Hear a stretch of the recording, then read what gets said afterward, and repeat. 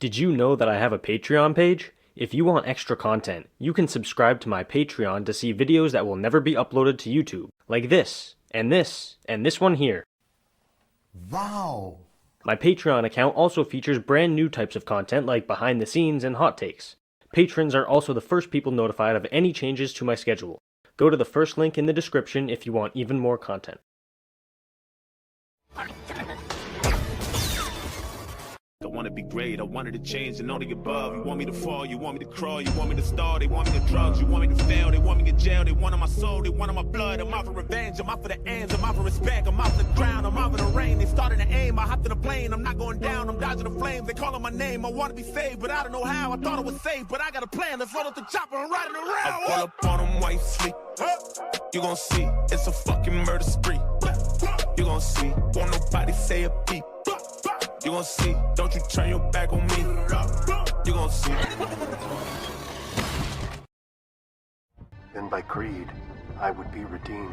Using your previously ing on and on to insinuate that the band Creed could redeem anyone. Discount Jeremy makes a pop culture reference that isn't a sin of the episode cliche. Also, why does the armorer get their shoulder fluff in the shot? No one else gets shoulder fluff! Because she's the only one with shoulder fluff? Also, you can clearly hear a large crowd cheering in the background, so where are they? Is that noise piped in from somewhere? What is this, the NFL? You can clearly see a bunch of people in this very shot, but in the Phantom Menace we see stands with a massive crowd, so that's presumably where the brunt of the noise is coming from. We just can't see it. In other words, the audio is overlaid on a disconnected image. Does Discount Jeremy not understand that that's a possibility? Consecutive alsos. Is this a desert town? Wait, is that Mos Eisley? Oh, no. Skip. We never heard a price exchanged between these two. We did hear them talking though. The guy just wasn't speaking English. Why the fuck you lying? Why you always lying? If all the droid was going to do to alert the Jawas was whistle, why didn't you just do that yourself? Maybe she can't whistle. Or maybe she's just lazy. Or maybe it doesn't matter. Quickly, before he sees you! You say this literally 6 seconds after saying, Tell the Jawas the Rodian left. tell them he's gone, tell them he could see them. That's just terrible workplace communication. She literally just said to hurry up before he sees them after he leaves. How is that bad communication? She's right that he's gone, and she's right to want them to move quickly. Put those cards back on the speeder. Paint them so they look different. This is a simple enough scam, so why do you even need the Jawas as the middlemen? Or middle Jawas? And isn't selling people their own back a Jawa trademark at this point? Both parties are splitting a job either one of them could do themselves just so the audience can get their Jawa fixed before Mando shows up. The Jawas have tons of their own parts and mechanical expertise, so she's partnering with them because it's a symbiotic relationship. Who taught you how to leap like a lerman, huh? It's a good thing Grogu spent 2 years training with Luke so he could learn how to jump and do a flip. Yeah, he learned some basic training as a small child. How is that a sin? I mean, we don't know what other things he learned yet, so your implication that the training was pointless is dumb because Grogu simply hasn't had the chance to do anything else yet.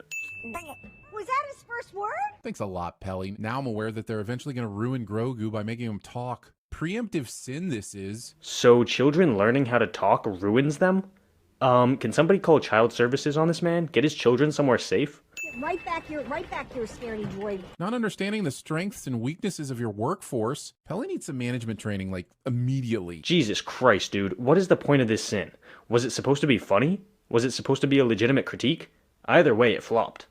And because it's Bunta, what I'm gonna do is I'm gonna give you this for half the price and throw in a free oil bath. Offering Mando a free oil bath without inviting us to... Wait, she was talking about the droid, wasn't she? Discount Jeremy has a boner. May the Force be with you! The How does Pelly know what the Force is? She's not a Jedi or part of the rebellion. This show went to such great lengths to show the Jedi were somehow forgotten after the Purge. Mando even called them sorcerers, remember? So which is it? Do people remember the Jedi or not? Pelly works in a hangar where ships from all over the galaxy come and go. Based on that, it makes sense that she would have heard things about the Jedi, or at the very least, the Force. She probably meets a ton of people who have seen a lot of things in her line of work. It's Mandalore, the homeworld of our people. Every Mandalorian can trace their roots back to this planet. Apparently, Grogu is quickly just becoming a landing vessel for Din to tell us all the Mandalore. Maybe instead of Baby Yoda, we should have called him an expositional sponge Yoda. Trips right off the tongue, huh? Dude, what do you want? Mando needs to teach Grogu about all this stuff because he's a child. You're literally complaining that someone is raising a child. It's a perfectly natural way for the audience to get some exposition as well. I've never been there either. Then, how do you know it used to be? Once green and beautiful. Because he was told about it? And that's Kalevala, where we visited Bo-Katan. I'm only telling you this in case there's some sort of rare emergency where I'm incapacitated and you need to run to her for help. No other reason. Again, he's raising and teaching a child. You're acting like that's a mistake of the show, but how is it bad? Mandalorian has to understand maps and know their way around. Pretending that using graphic instructions on how to get from point A to point B is a unique skill set. Pointing things out on the screen. Go over to that split in the rock and take an air sample of the ruins below. Wait, would the air below the rocks not be the same as the air above if the droid could just pop down in there? Not necessarily. There could be factors like radiation that are more heavily concentrated below the surface but don't affect the surface.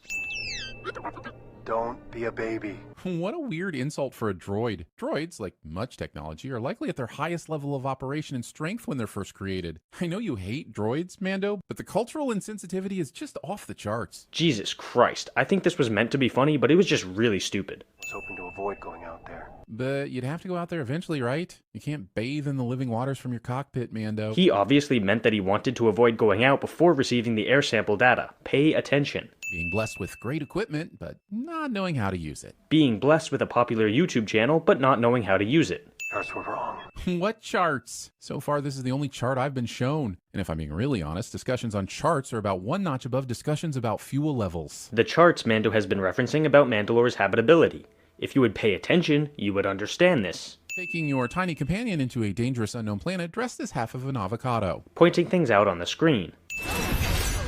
Wait. I know Disney owns pretty much everything, but does that include the rights to Metal Gear? Discount Jeremy makes a pop culture reference that isn't a sin of the episode cliche. Also, you're telling me that whole mech suit was underneath the sand, upside down, waiting to pounce? How long would it take to set that up? And how could it possibly be worth it in this environment? We don't know how long it would take, and that also just doesn't matter.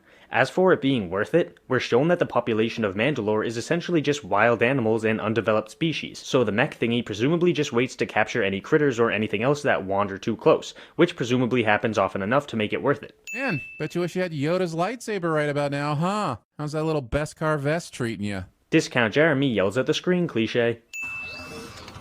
Well, I guess if they could bring back Maul several times, then General Grievous was always within the realm of possibility. His new suit sure is a downgrade, though. Now he's going to be windmilling lightsabers in that thing. Unfunny joke is unfunny. You're just a tiny blob of biological material around a single eyeball. How did you make all this stuff in the first place? Where did you get the pieces? Did you pickle Rick it and magically build an operational exoskeleton by tonguing a Mandalorian cockroach brain? Discount Jeremy makes a pop culture reference that isn't a sin of the episode cliche. Also, simply asking a bunch of questions does not count as a sin. These questions probably have answers, but we just don't know them.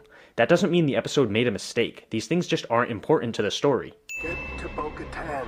And this instruction should be enough for you thanks to the convenient map teaching I did on the way here. And don't forget you'll have to fly all the way there because of that damn meteoroplatical that's already in place. Yeah? Why is that a sin, though? Are you gonna bother explaining? No?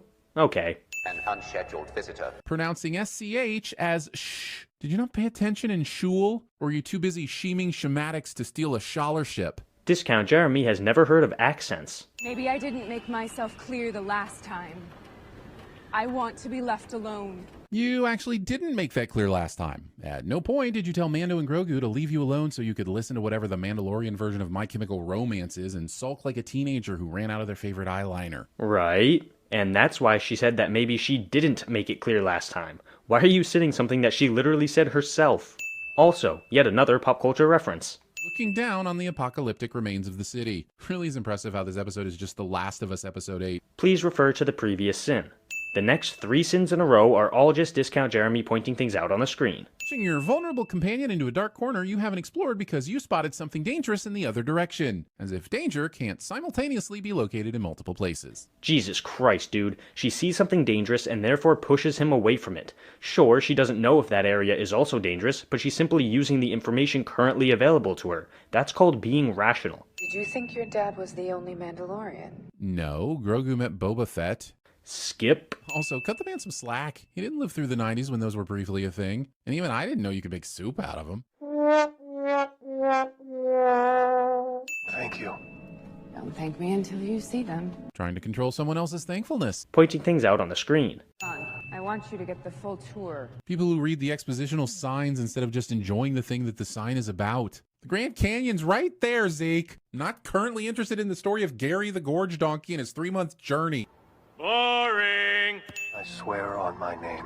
I teased Din for keeping up this silly religious creed stuff, but at least he doesn't use his faith as an excuse to be a dick to people different than him, so here's a sin for those that do. Did he just sin something that he literally just admitted has nothing to do with the show? Yes. Yes, he did. What do you call a Mandalorian that has to be rescued twice in one episode? Skip. You